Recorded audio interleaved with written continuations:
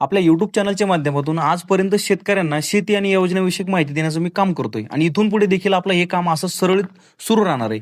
पण शेतकरी मंडळी काय झालं माहितीये का, मधीच जरा मुद्दा उचलला गेला आणि हा मुद्दा कोणता माहितीये का, मी या कामासोबतच आपल्या इतर शेतकरी मंडळींना काय करायचो, की जसं तुमच्याकडे असलेली जमीन वगैरे तुम्ही विकून शहराकडे स्थलांतर होऊ नका, अशाबद्दल तुम्हाला आपल्या YouTube चॅनलवरती असे भरपूर सगळे व्हिडिओ बघायला मिळतील, की आपली जमिनीची किंमत काय आहे, आपण आपल्याकडे असलेली जमीन का विकली नाही पाहिजे, जरी त्याच्या बदल्यात आपल्याला दुप्पट तिप्पट पैसे जरी मिळाले तरी आपण ती जमीन का नाही विकली पाहिजे, या गोष्टीचं महत्त्व पटवून देण्यासाठी आपल्या चॅनलवरती भरपूर 5-50 प्रकारचे व्हिडिओ पडलेले आहेत. पण काय झालं माहिती आहे मित्रांनो, मध्येच खटका वाजला आणि मला ही गोष्ट कळून चुकली का आपण याच्यावरती किती जरी व्हिडिओ बनवले ना, तर शेतकरी 1% ही याच्यातून काही सार घेत नाहीये. मग आता हे सार का घेत नाहीये, याच्या मागच्या ज्यावेळेस मी थोडासा डीप अभ्यास केला ना, तर मला एक गोष्ट कळून चुकली. ती गोष्ट अशी होती मालक, का ज्यावेळेस समोरच्या माणसाला आपण एखादी गोष्ट सांगतोय आणि त्या गोष्टीला आपल्याला त्याला पटवून देण्याचं आहे, तर त्यासाठी काहीतरी प्रूफ लागतो.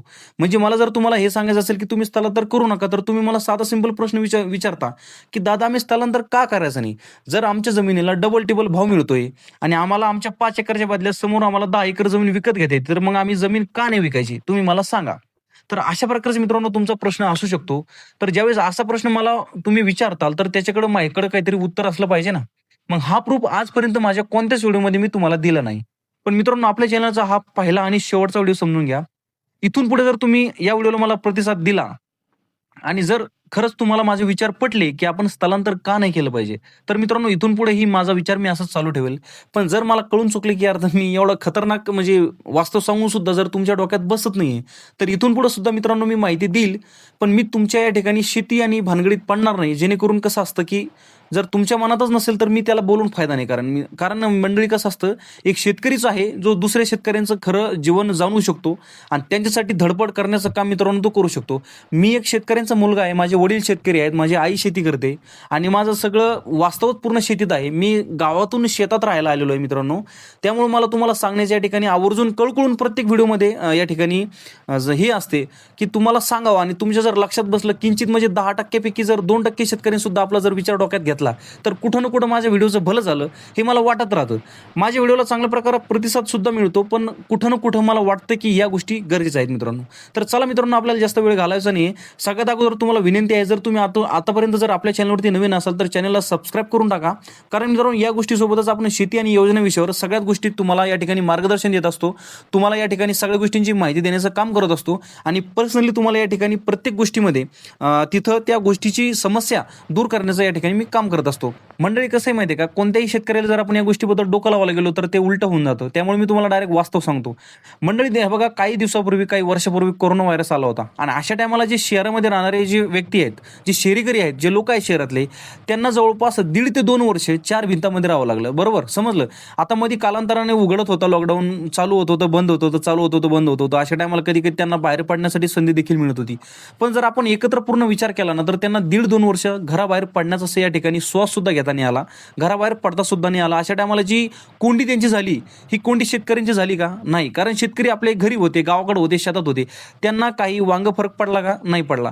कोरोना व्हायरस ज्या टायमाला आला ना, त्या टप्प्यामध्ये शेतकऱ्यांना फक्त एवढंच होतं की त्यांचे नातेवाईक किंवा त्यांच्या घरातला एखादा माणूस जे शहरामध्ये अटकलेला आहे त्याच्यासाठी चिंता होती. बाकी स्वतःची काही चिंता नव्हती, की आपण आता इथं त्याला आपला व्हायरस वगैरे लागतो का, तर अशा प्रकारची काही चिंताच नव्हती, आहे की नाही.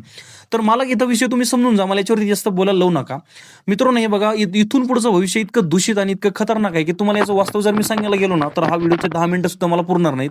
तुम्हाला एक पूर्ण 1 घंट्याचा टोटल व्हिडिओ मला द्यावा लागेल. पण एवढं आपल्याला करायचं नाही, कारण हे वास्तव तुम्हाला एवढं मला डीपली समजून सांगण्याची गरज नाही. तर मंडळी हे बघा, इथं फक्त मी कोरोना व्हायरसचा विषय नाही सांगत आहे.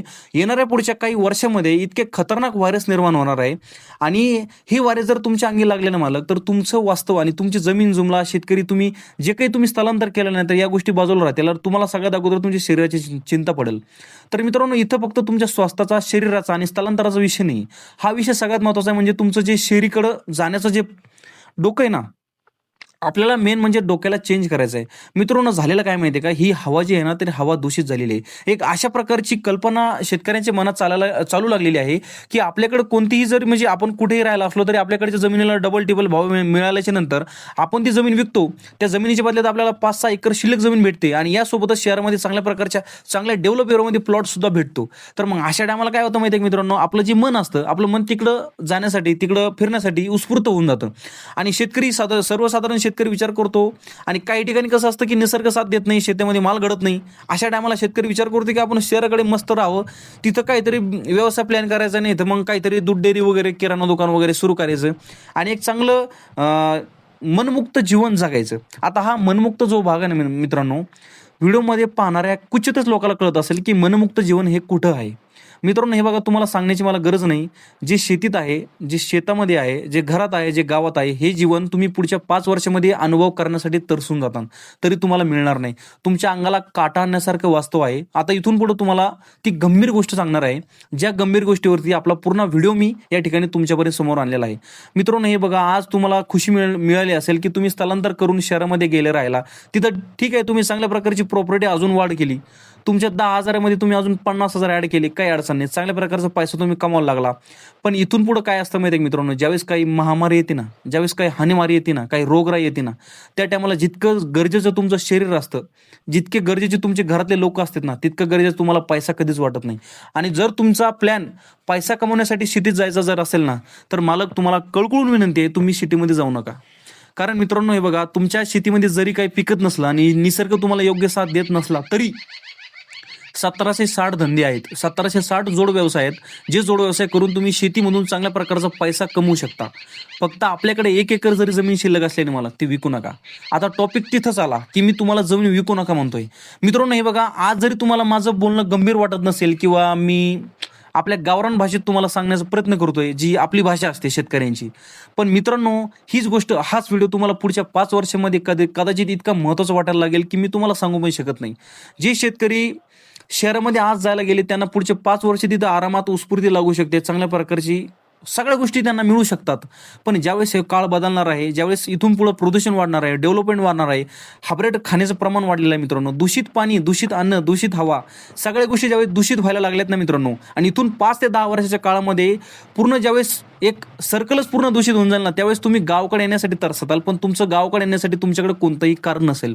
ज्यावेळेस शेतकऱ्यांची गुंठाभर जमीन सुद्धा गावाकडे असते ना, शेतकऱ्याला परत येण्यासाठी कारण असतं मित्रांनो. पण ज्यावेळेस गुंठाभर जमीन सुद्धा तुम्ही विकून शहराकडे स्थलांतर होताना, कोरोनाचा बाप्स जरी तुमच्याकडे आला तर तुम्हाला तिथंच झकमारून राहणे, तुमच्या 4 भिंतीमध्ये जाणार नाही. तुम्ही जे घर मानलंय ना, तुम्हाला त्याच्यात राहणे. तुमचं आलिशान घर असेल, मालक काचाचा बंगला असेल, मान्य मला, पण तुम्हाला शेवटी तिथं तुम्हाला दम घुटणार तुमचा.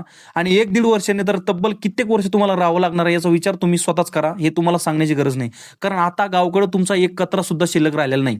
तुम्ही होती ती पूर्ण विकली आहे, त्याला जाळून टाकलं, जे तुमचं घर होतं त्याला पाडून टाकलं, एक छोटंसं झोपडं तुम्ही वावरात केलेलं होतं, तुम्ही त्याच्यावरती सुद्धा जेसीबी घातली, त्याला पेटून दिलं, संपला विषय. गावाकडे तुम्ही एक कचरा सुद्धा शिल्लक ठेवला नाही. आणि एवढं सगळं करून तुम्ही जर आता गावाकडे येण्याची अपेक्षा करत असाल तर मालक, मला सॉरी, मला माफ करा, तुम्ही गावाकडे येऊ शकत नाही. तुमचं शून्य अस्तित्व आहे. आता तुम्हाला गावाकडचं वातावरण परत भेटू शकत नाही. हा निसर्ग, ही हवा, हे गावाकडचं शुद्ध वातावरण स्वतःच्या जमिनीतलं उगवून पिकवून शिजवून खाणं, हे शेतकऱ्यांच्या जितकं नशिबात आहे ना मालक, या गोष्टीसाठी इतर लोक किती तरसतात.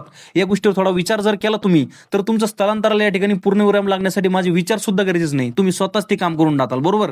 पण तुम्हाला ही विचार यासाठी मला सांगावं लागत आहे, कारण काळ वाईट आलेला आहे मालक.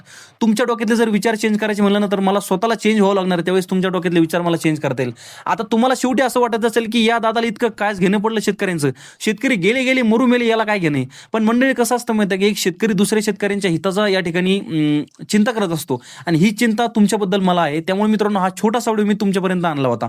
बाकी जर माझा विचार तुम्हाला खरंच पटला असेल मित्रांनो, आणि माझ्या ज्या गोष्टी तुम्हाला काही महत्त्वाच्या वाटल्या असेल ना, तर आपल्या चॅनलला जाता सबस्क्राईब मारून टाका, आणि हा व्हिडिओ आपल्या जवळच्या, आपल्या नातेवाईकापर्यंत, आपल्या इतर शेतकरी मित्रांपर्यंत शेअर करायला विसरू नका.